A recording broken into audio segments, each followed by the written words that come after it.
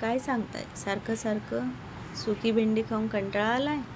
चला तर आज बनवूया मसाला ग्रेव्हीवाली भेंडी. खूप चविष्ट लागते. तेल घेतलं मी पॅनमध्ये गरम करायला.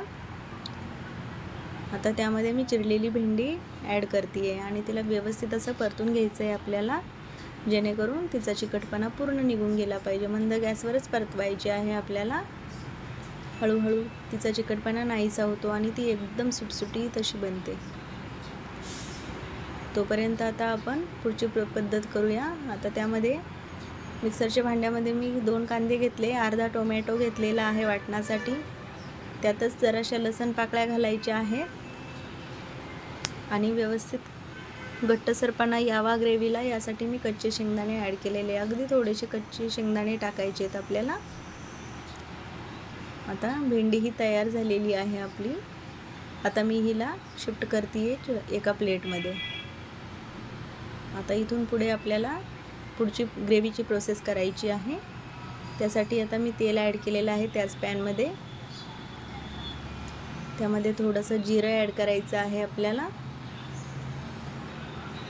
त्यानंतर कढीपत्त्याची पाने घालायची आहे. व्यवस्थित तडतडल्यानंतर ते आपण त्यामध्ये जे वाटण केलेलं होतं मिक्सरच्या भांड्यातलं ते आपण शिफ्ट करत आहोत यामध्ये. आता हे मंद गॅसवर व्यवस्थित असं आपल्याला परतून घ्यायचं आहे. खूप सुगंध सुटलेला आहे फोडणीचा. अशी फोडणी जेव्हा आपण देतो ना तर खूप मस्त वास येतो. आता यामध्ये आपण ॲड करणार आहोत हळदी पावडर. त्यातच मी ॲड करत आहे लाल मिरची पावडर. आता हे व्यवस्थित एकजीव करून घ्यायचं आहे. आता त्यामध्ये मी कांदा लसूण मसाला टाकलेला आहे आणि थोडासा गरम मसाला. हे दोन्हीही मसाले माझे घरगुतीच आहेत, तुम्ही विकतचेही वापरू शकता. आणि हे व्यवस्थित आपल्याला एकजीव करून घ्यायचं आहे. आता चवीनुसार वरतून मीठ घालणार आहोत आपण. आता व्यवस्थित मसाला भाजून झालेला आहे, तेलामध्ये तळून झालेला आहे, म्हणजे त्याचा कच्चापणा संपलेला आहे. आता आपण तळलेली भेंडी यामध्ये ॲड करणार आहोत. आता हळूवारपणे त्याला एकत्र मिक्स करून घेणार आहोत. आता जे वाटणाचं भांडं होतं आपलं त्यामध्ये थोडंसं गरम पाणी टाकून मी ते यामध्ये टाकून घेतलेलं आहे.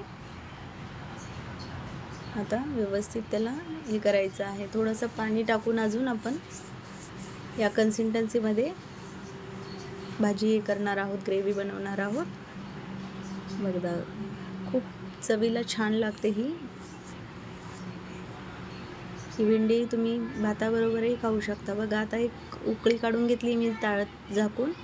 मस्त आता रेडी झालेली आहे आपली मसाला ग्रेव्ही भेंडी.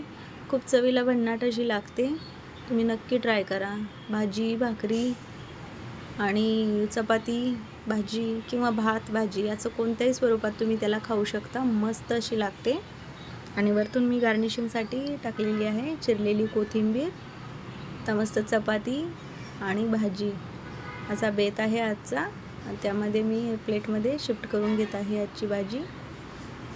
खूप चवीला छान लागते. नक्की ट्राय करा आणि आवडलं तर लाईक आणि सबस्क्राईब करायला विसरू नका.